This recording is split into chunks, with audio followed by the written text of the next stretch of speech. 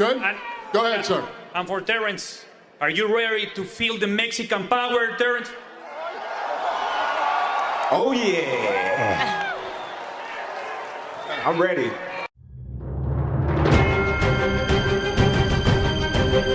Keep Canelo's name out of your fucking mouth, Terrence Crawford. There's levels to this, and he's levels above you. A lot of people that say that Crawford can beat Canelo, no problem. I mean, I respect that, but I just think they're stupid. I mean, excuse my language. The size difference of a bigger man changes everything with one punch. Can't go with what you are. Have you read the papers? Do you know what everybody says? It's suicide. You've seen him. You know how strong he is. You can't win.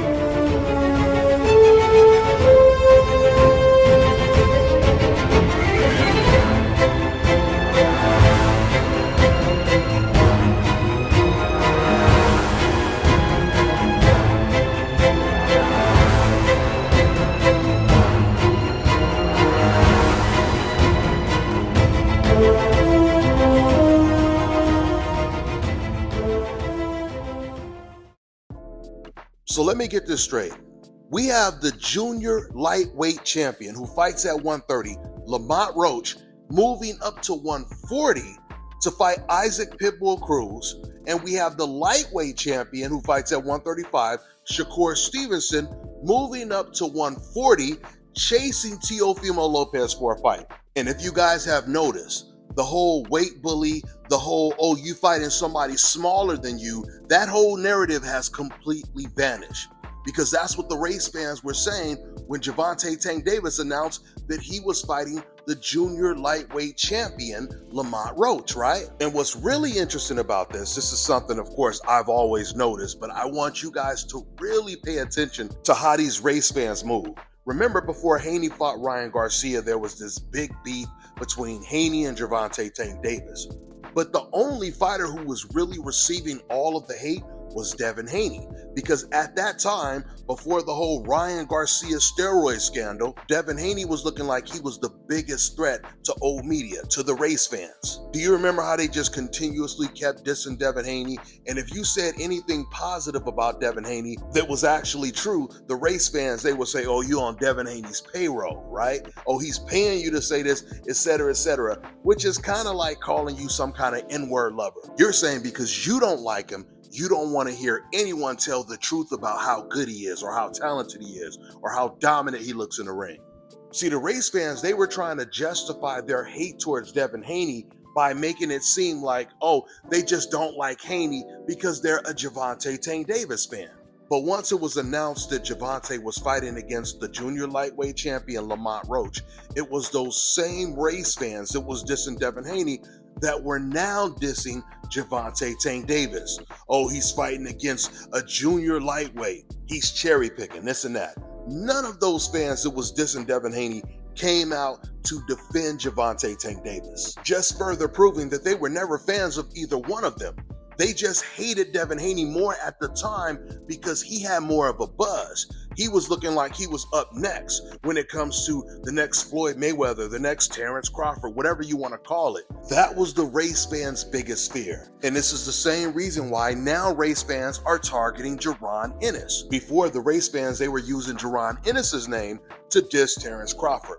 But now that Jaron Ennis is looking like a big threat, all of those same fans are now dissing Jaron Ennis.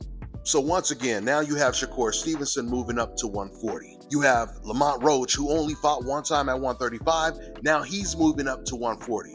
Oh, and I forgot, you also have Devin Haney, who's moving up to 147 to fight the best fighter at 147 and the champion, Brian Norman Jr. Shakur is trying to fight the champion, Teofimo Lopez.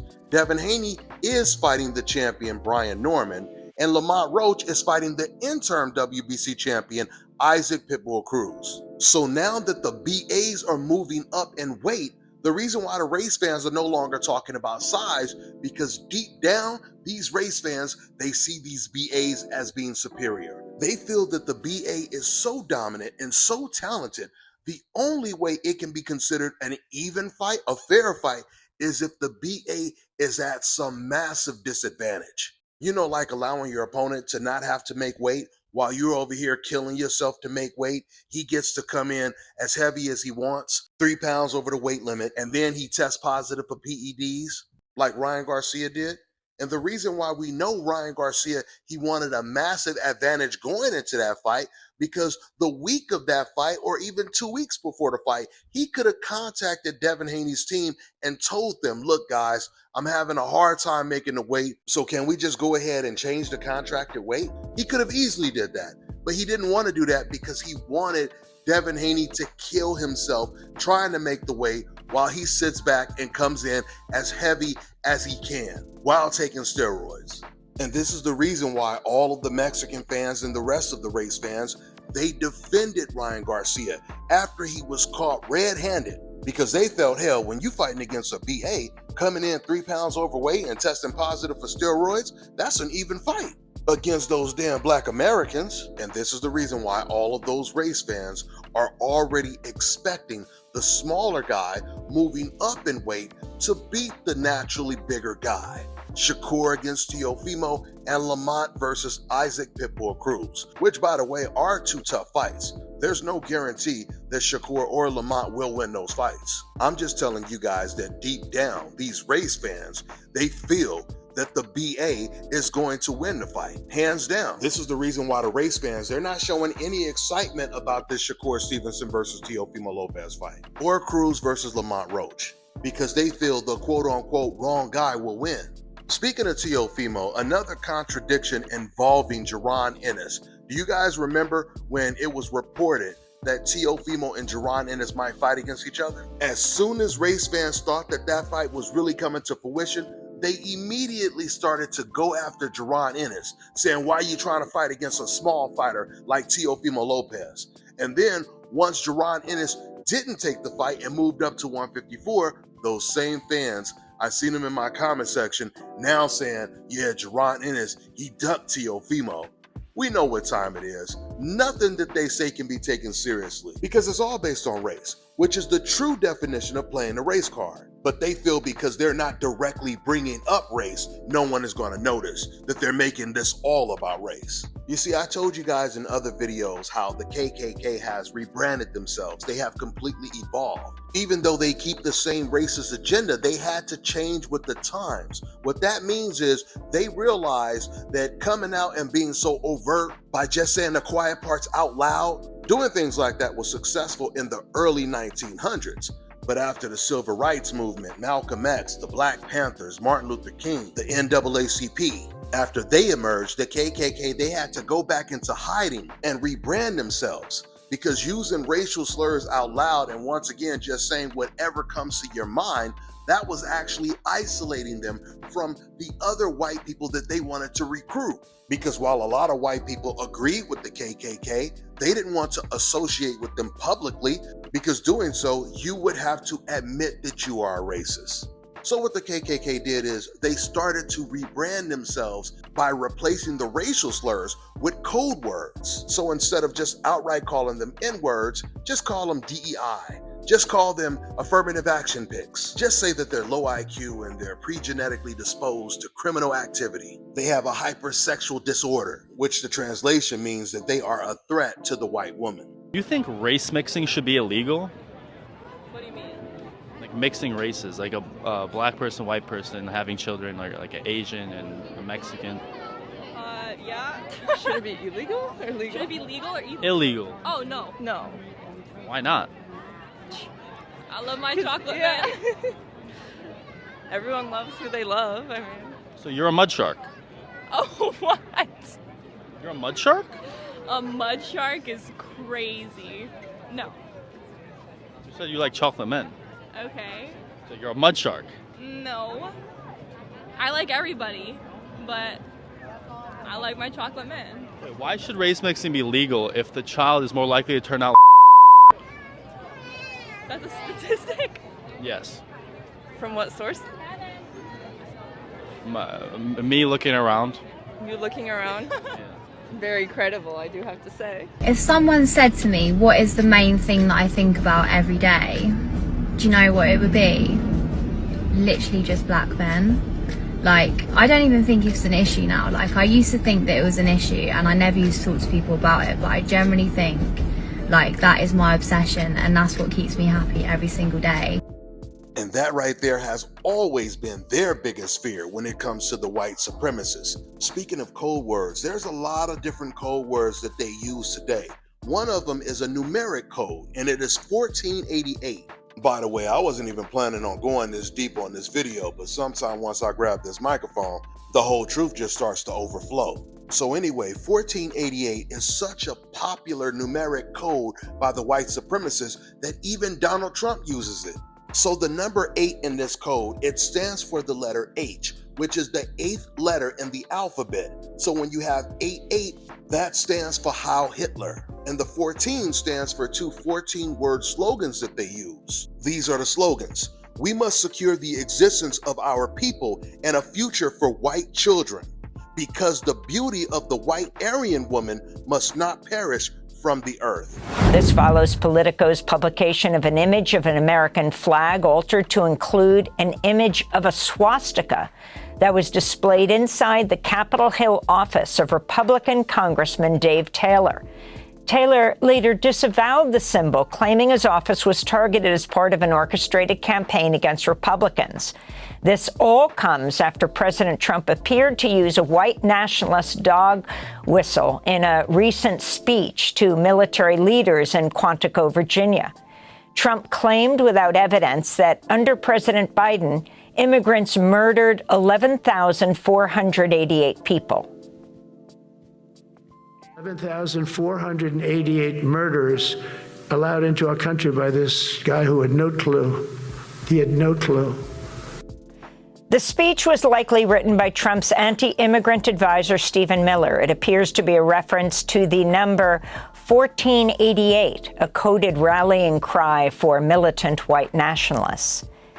So they use all of these code words now, right? Just to say, hey man, this conversation, it has nothing to do with race. So they use all of these code words to justify their disdain for black people. And the whole reason I brought up all of that is to say that is exactly what race fans do in the sport of boxing.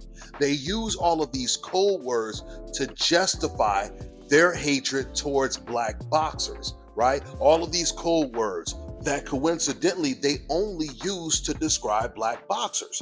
You will never hear a non-black boxing fan call a boxer boring who's not black, but they'll call the BA boring. They'll call him overrated. They call him a hype job. He ain't fought nobody. And what's so funny is a lot of times when they're saying all this stuff about a black boxer, like Jaron Ennis, this is what they're saying about Jaron Ennis right now. They're saying all these things about Jaron Ennis, but they're not picking anybody to beat him. When Jaron decided to stay at 147 instead of taking the Virgil Ortiz fight and moving up to 154 back in February, those race fans flooded the internet celebrating like this was a victory for them. Boots, he avoided Virgil Ortiz. He's scared of him, etc., etc. Now that Boots is at 154, gets a first round knockout, and he says he wants Virgil Ortiz next, none of those race fans are showing any excitement about that fight because they feel that the wrong guy is going to win. They over here still saying, aha, he needed a tune-up. And they're not happy about that. They tried to make it sound like they wanted to see the Ennis versus Boots fight, at least back in February when Jaron, he decided not to move up. Now they have no interest in that fight. And to this day, they're still talking about the fact Jaron, he needed a tune-up. I'm telling y'all, man, if Ortiz gets past Erickson Lubin and he takes the Jaron Ennis fight, that fight is announced, the race fans are going to do two things. Some of them are going to go completely silent. The other ones are going to already start making excuses for why Jaron Ennis is going to win this fight, and this is a cherry pick, Virgil Ortiz, he's not a champion, etc., etc., etc. But once again, remember, this is the fight they claimed that they wanted to see back in February. And if Jaron gets that fight and he wins, which he will win, by the way, some of those race fans are still going to be on the internet saying, yeah, but he still needed a tune-up before he beat Ortiz. It reminds me of the John Jones versus Chael Sonnen fight in the UFC. I remember John Jones, his original opponent pulled out, like, I think the week of the fight or something like that. And I guess Dana White, he wanted Chael Sonnen to be the replacement opponent. And John Jones, he turned the fight down because he had a training camp for a complete different style. So when John Jones turned down that fight, oh man, the race fans, the other UFC fighters, and the analysts, they just had a parade, calling John Jones a coward, and how could he do something like this? The UFC was counting on him.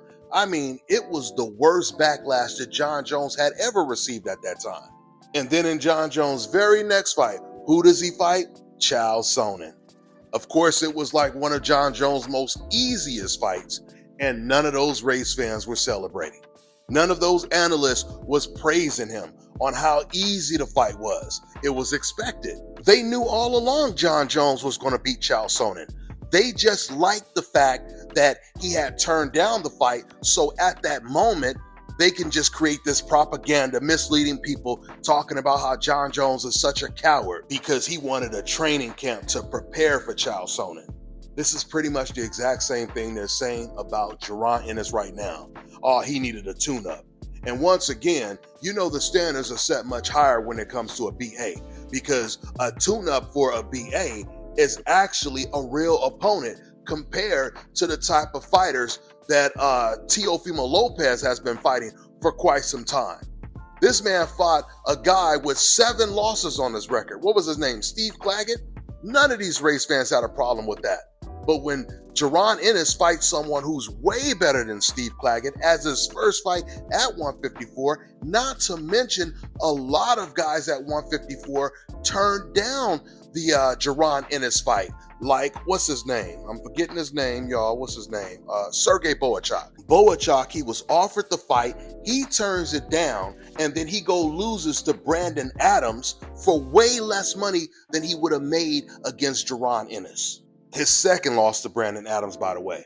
And you know, it's funny because when it was first even discussed, when there was talks of Jaron Ennis, when it was official that he was going to move up to 154, I told you guys, Sergey Boachak, he would be the perfect opponent considering the fact that Vergil Ortiz struggled against him. Got knocked down twice. It was a life or death battle for Vergil Ortiz. So that would have been a really good matchup for Boots to fight Sergey Boachak when it comes to his debut at 154, which no doubt he would have knocked out Boachak. It would have been a very easy fight. That's why Boachak didn't take it. And once again, was willing to take less money against Brandon Adams in a rematch. We know what time it is. With that being said, y'all, I'm gonna wrap this video up. That's all I got for now, guys. I'm on to the next one. You can just look at somebody and tell them like, yo, you're not that guy, buddy. You're not that guy. You can look at me and tell I'm that guy. I was born like this. I was blessed with this. I'm always hungry. Just because I'm world champion, don't stop the main goal and objective, and that's to keep going. I'm gonna forever keep going, forever keep winning. Just naturally, man. I know how to do this. I born for this. I born for be different. And then you only this area. You know, a lot of these fighters just do rapping. I just came off a loss, and I'm down to fight the best. I'm going up to 135 to fight somebody that they think I can't beat, and I'm going to dominate him, and then I come back down to 30 and beat his ass too. My hunger is always going to be there. I never get satisfied. I'm not satisfied. My job still isn't done. That's why. My job ain't done yet.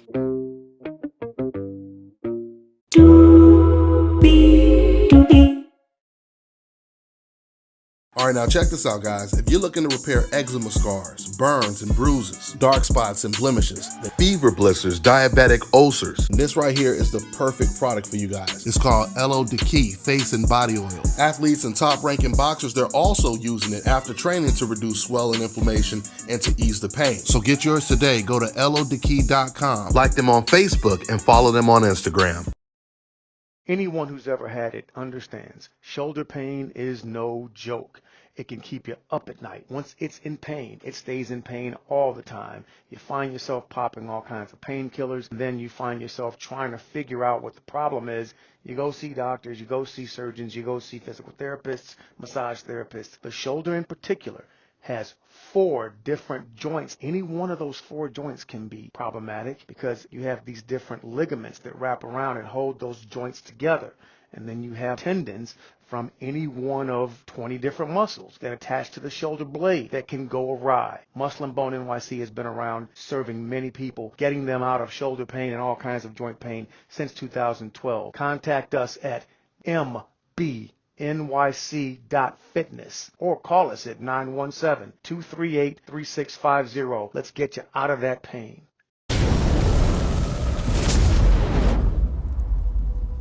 Let me tell you guys about Issa Israel Law Firm. It is a full-service legal practice based in Denver, Colorado, an emerging hub for combat sports and high-altitude training. If you're a fighter inside or outside of the ring and you need a law firm you can trust to fight for you, visit thefighterfirm.com or email help@iilawfirm.com. Legal representation is usually limited to plaintiffs or defendants in Colorado, but iFirm can help anyone in the world with trademarking their business name, logos, and U.S. immigration issues. This brother has been my attorney for a while and helped guide me through all kinds of business and civil issues, so make sure you guys go to thefighterfirm.com.